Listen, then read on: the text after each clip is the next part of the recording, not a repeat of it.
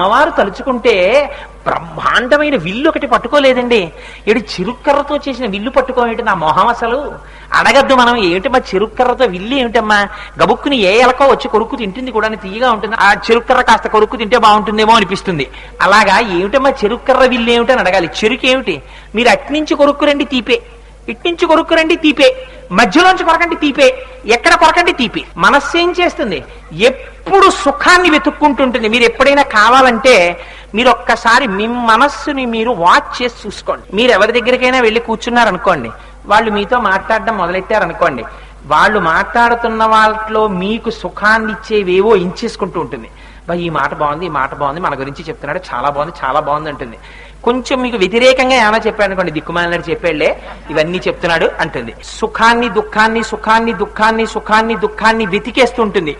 ఇలా వేరు చాటలో పెట్టి ఇలా చెరుగుతూ ఉంటే పొల్లు